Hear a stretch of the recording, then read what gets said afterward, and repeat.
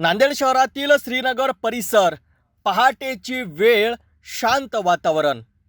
सोनू कल्याणकर वय 37 वर्ष नेहमीप्रमाणे मॉर्निंग वॉकसाठी घराबाहेर पडले. पण त्यांना कल्पनाही नव्हती की हा वॉक त्यांच्या आयुष्यातला शेवटचा ठरेल. अचानक मोटरसायकलवरून आलेले 3 हल्लेखोर क्षणात त्यांनी सोनूवर चाकूने सपासप वार केले. हल्ला इतका भीषण होता की सोनू कल्याणकर याचा जागीच मृत्यू झाला. हल्लेखोर मात्र वार करून तेथून पसार झाले. या घटनेनंतर संपूर्ण परिसरात भीतीचं आणि तणावाचं वातावरण निर्माण झालं. पण धक्कादायक बाब म्हणजे अवघ्या 48 तासात हा 5वा खून. नांदेड जिल्ह्यात सुरू असलेली गँगवॉर आणि वाढती गुन्हेगारी आता नियंत्रणाबाहेर जात आहे का?